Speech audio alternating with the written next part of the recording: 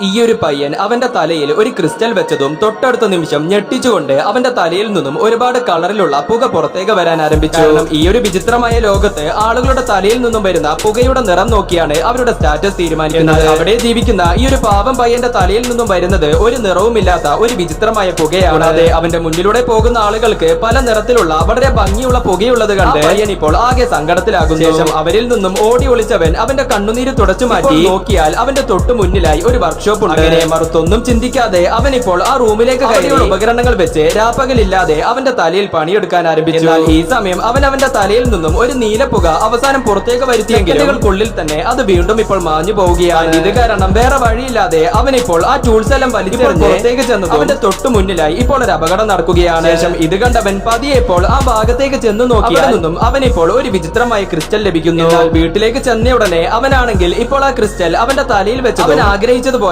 അവന്റെ തലയിൽ നിന്നും പല നിറത്തിലുള്ള പുക പുറത്തേക്ക് വരാൻ ആരംഭിക്കുന്നു.